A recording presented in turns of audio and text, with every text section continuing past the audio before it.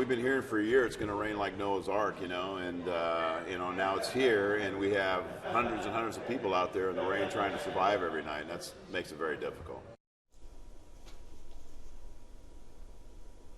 El Nino packing a punch tonight. Flash flood warnings hitting cities up and down the San Diego coast. This comes less than 24 hours after heavy rains left cars and people trapped.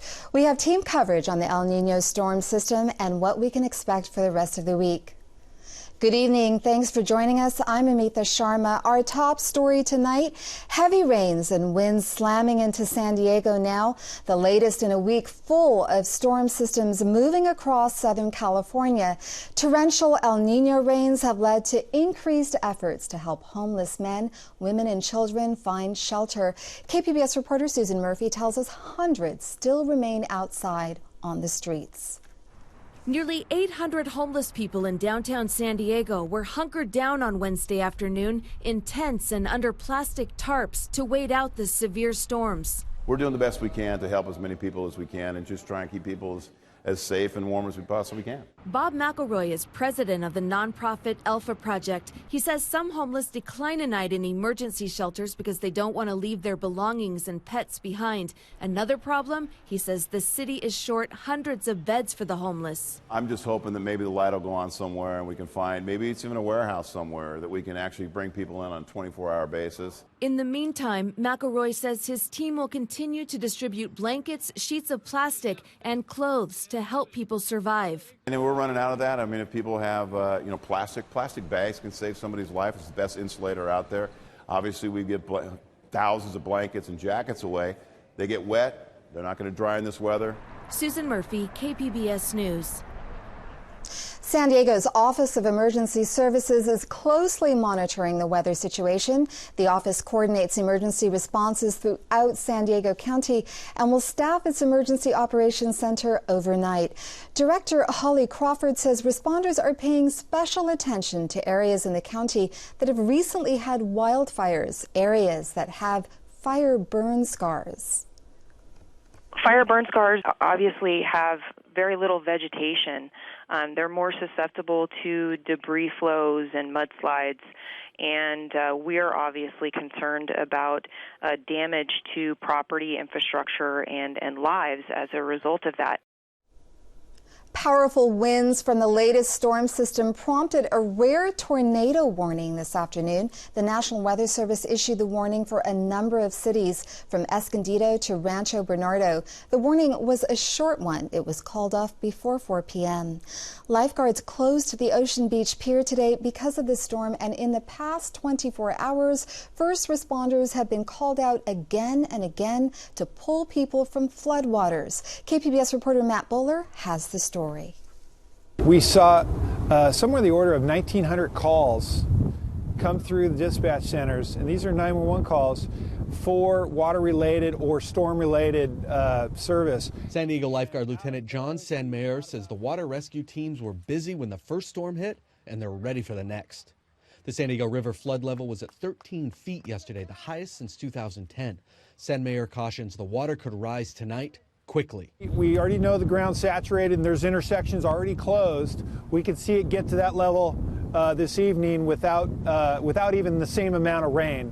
The next storm has all of San Diego police, fire, and lifeguards standing by to help those in need. And no one's leaving until we get through this. Matt Bowler, KPBS News. The storm forced a change of plans for San Diego's lifeguards tonight. They were set to vote on a new health coverage plan offered by the city of San Diego. The vote was postponed until January 20th. That's because many of the lifeguards are on duty for today's storm. The El Nino storm also added a dusting of snow in the mountains. This is from Mount Laguna this morning. The Laguna Mountain Lodge shared these photos. The lodge reported on its Facebook page that temperatures hit 33 degrees this afternoon. And at the Mountain High Resort just east of Los Angeles, skiers and snowboarders enjoyed some fluffy snow. The resort saw between 4 to 6 inches of snow accumulate during yesterday's storm. Rain, wind, and snow are just the highlights from this El Nino storm system. There is also a high surf advisory for cities on the coast. There may be a break from the rain later this week. Molly Cochran has more in tonight's KPBS Weather Report. Well, the second storm definitely packing a punch across Southern California. We've seen steady rain and also some severe thunderstorms move into San Diego County over the past 6 hours. Some lightning associated with some of those storms, as well as wind gusts between 55 to 60 miles per hour. This is all associated with the second storm system that's moving into the region. So we are going to be watching storm after storm system move across Southern California right through the weekend. Also, some of those thunderstorms again packing a punch, filling those heavy impacts across the region. We had numerous flight delays throughout the day as well. Aside from that, we also have a high surf advisory, and that extends through Friday. So beach erosion going to be quite possible as we do see storm after storm after storm coming on in. Now, these rainfall totals are associated with the rain we saw yesterday, and in San Diego, we for the month of January should accumulate on average about 2 inches of rain, just shy of that. And we see some of these cities, we've already surpassed that for the month of January. And again, this is only with what we saw yesterday. So these totals definitely going to be continuing to come on up as we go into tonight.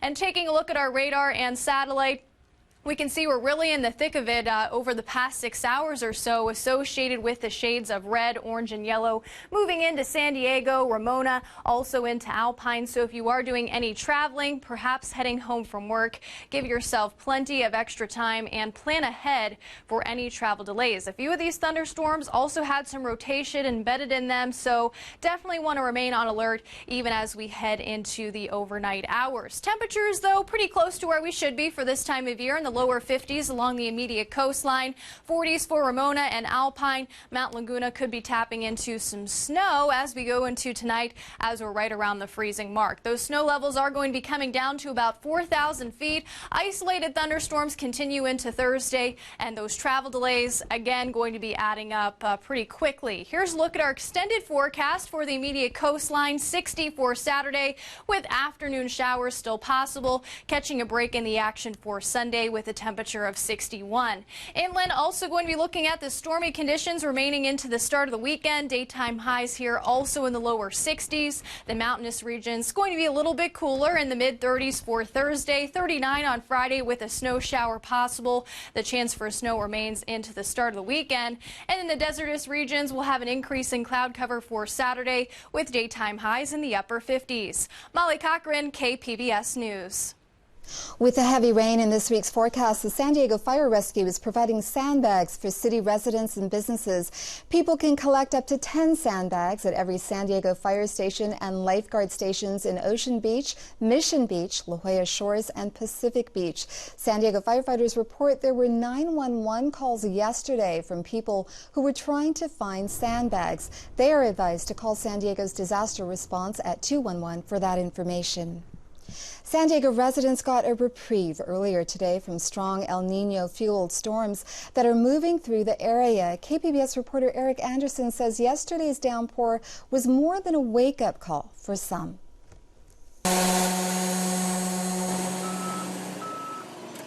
Perfect. Brian Selman's do-it-yourself business got washed out when the heaviest rain hit.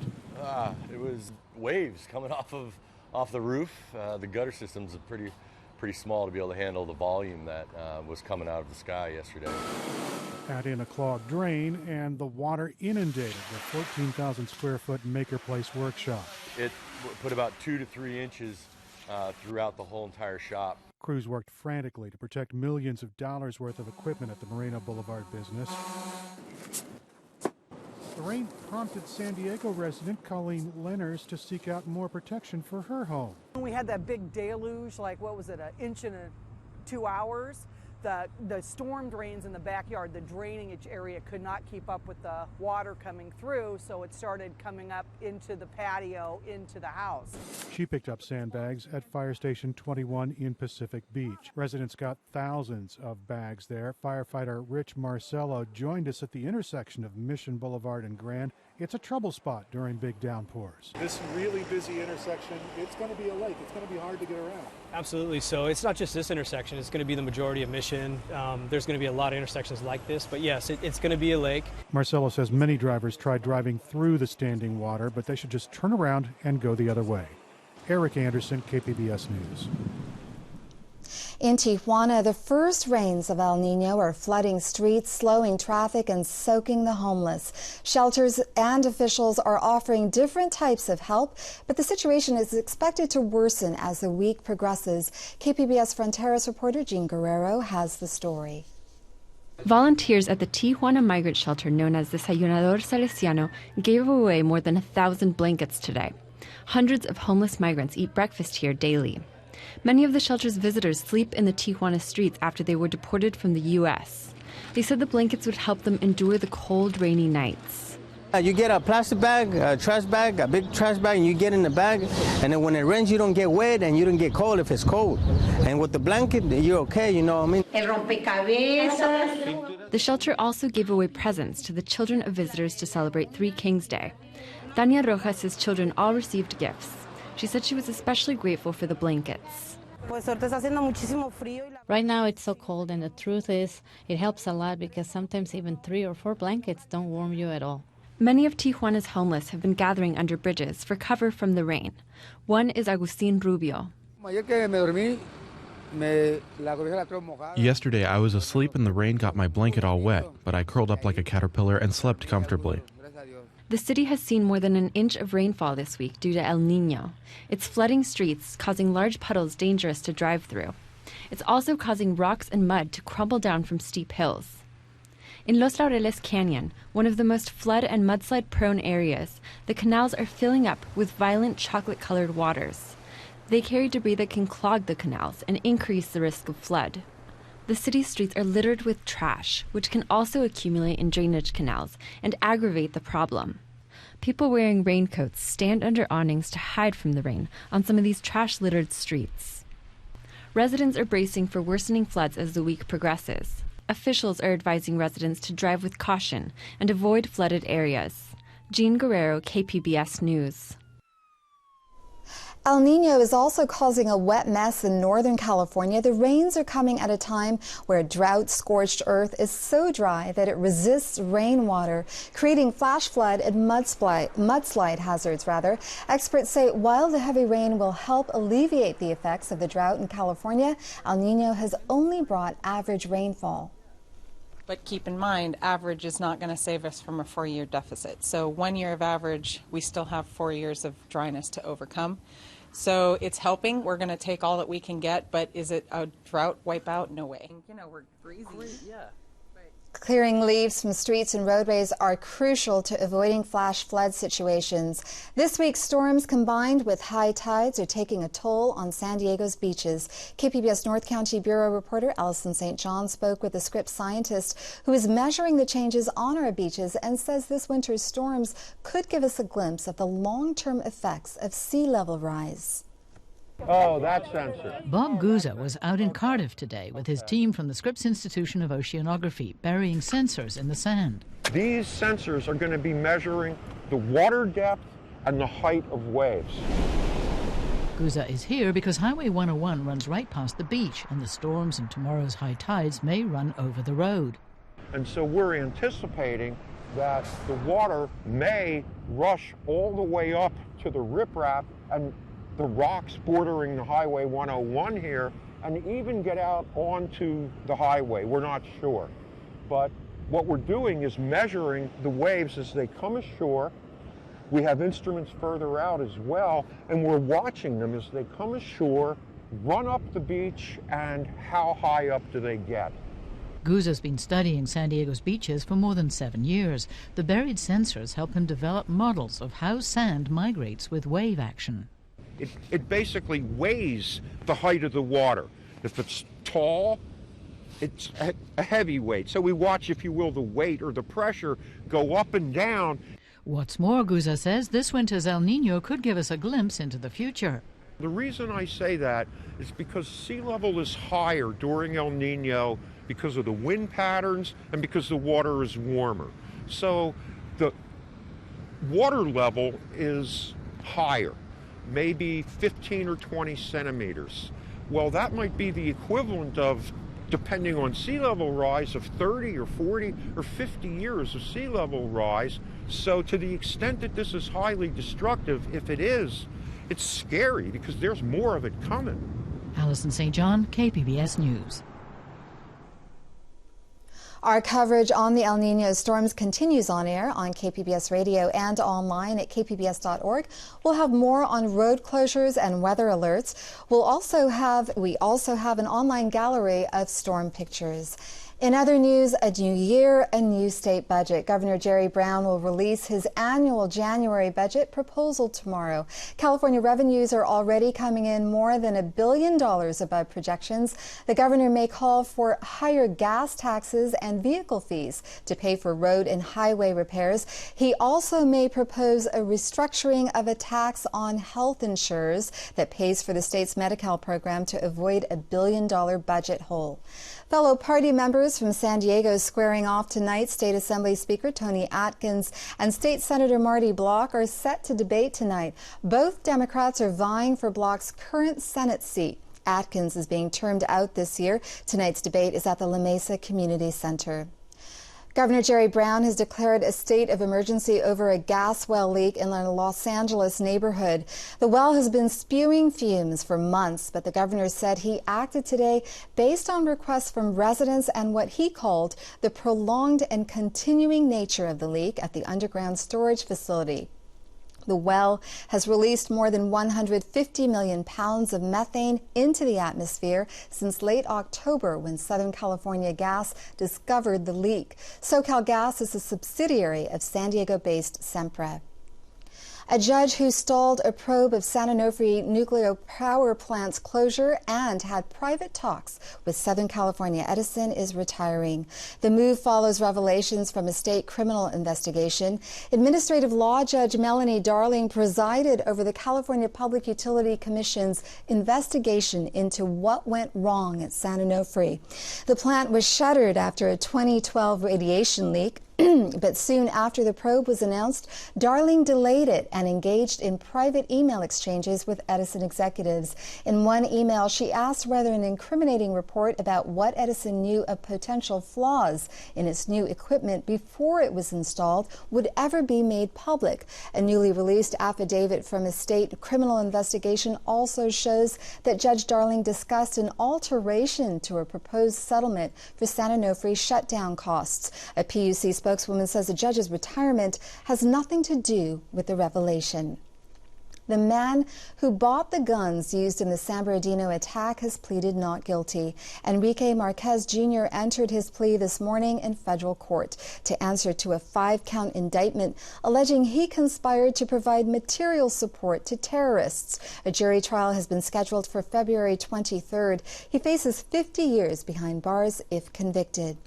SeaWorld and state regulators have agreed to a proposed settlement on accusations that the park did not teach its workers how to safely interact with killer whales. If the settlement is approved, it would void 4 safety violations and fines, but require the park to stick to strict rules on how whales and trainers interact. Specifically, the pact would ban surfing on the whales, swimming under them, or standing over them. A new report card on children's well-being in California gives the state poor marks in a variety of categories. From our North County Bureau, KPBS health reporter Kenny Goldberg says the only A grade was given for making health insurance more available. The report card comes from the Oakland-based advocacy group Children Now. It says with the expansion of the Medi-Cal program, California is closer than ever to making sure all children have health insurance. Later this year, the state will extend Medi-Cal coverage to some 170,000 children of parents who are here illegally. But Children Now's Director of Research, Jessica Minnick, says having health insurance doesn't guarantee access to care. We know that kids that are on Medi-Cal can have longer wait times, have trouble finding physicians that are taking new patients. This is especially problematic with oral health. The report gives the state a D+ for mental health services. It says only 31% of kids with emotional problems get proper support. Kenny Goldberg, KPBS News. A shrinking Salton Sea may pose large problems for Southern California's agriculture and wildlife. A task force is meeting this week to discuss how to restore the sea's shoreline. The Salton Sea is often used by farmers to run off agricultural drainage that includes pesticides and other toxins. But the 4-year drought and pollution have caused it to begin drying up. Well, the governor put together the Salton Sea Task Force last May, and their job is to meet with local groups, organizations, and interest groups to figure out a solution to the issues of the Salton Sea. The state task force will discuss the list of projects to restore the sea. The projects are scheduled to launch in 2020. I'm Judy Woodruff. On the next news hour, efforts to crack down on sky-high interest rates for payday loans. That's Wednesday on the PBS News Hour.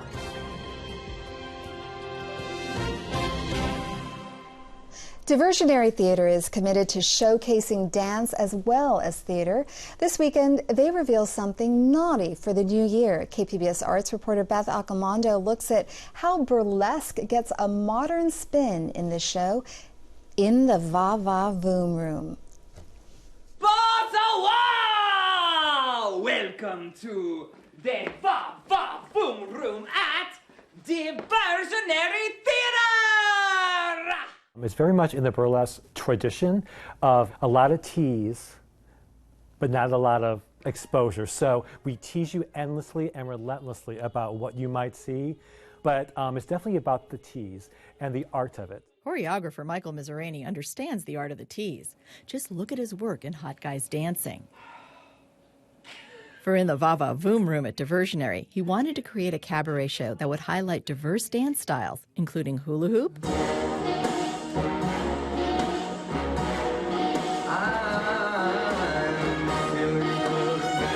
and aerial work. Acro Adagio, beautiful people doing incredible things, death-defying things, like if they fell out of it, curtains.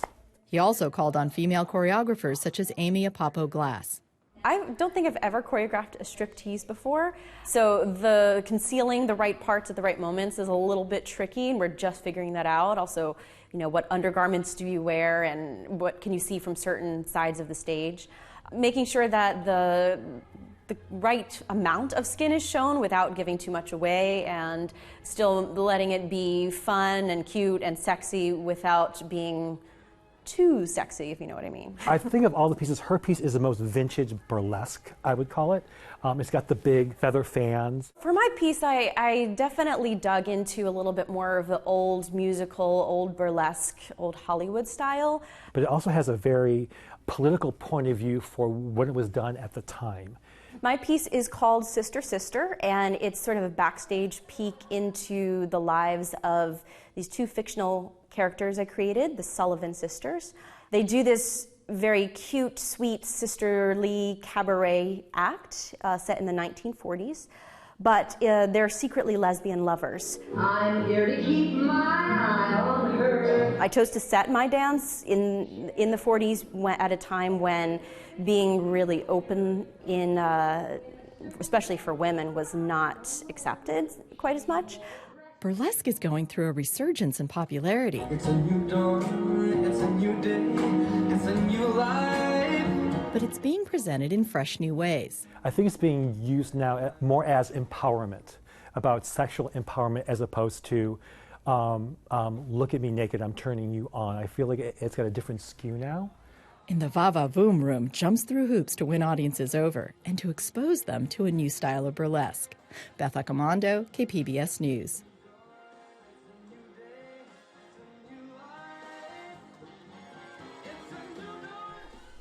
In the Va-Va-Voom Room runs tomorrow night through Sunday at Diversionary Theatre. The Powerball jackpot has climbed to an estimated $500 million as more people across the country buy a chance at the biggest prize in nearly a year. So you're more likely to get hit by lightning than to win this by a huge magnitude. What it gives me is just, it's a dream. You're buying a chance at a dream. The odds aren't good. They're 1 in 292.2 million, while the odds of being struck by lightning are 1 in 960,000. Powerball is played in 44 states, the District of Columbia, the U.S. Virgin Islands, and Puerto Rico. Another look at our top story. The National Weather Service says we can expect more heavy rain until about 9 o'clock tonight. The El Nino storm has made this a busy day for first responders, with many street closures and rescues from flooded areas around the county. They're paying special attention to the county's burn areas where mudslides are a threat, and shelters in San Diego and Tijuana are providing blankets and plastic sheeting to help the homeless through the storm. Even though we do expect the rain to continue through the rest of the week throughout the region, there were a few bright spots like this one. This image is from a tweet posted by Scripps Oceanography today. The photo was taken at Birch Aquarium in La Jolla. You can find tonight's stories on our website, kpbs.org/evening edition. Thank you for joining us. Have a great evening.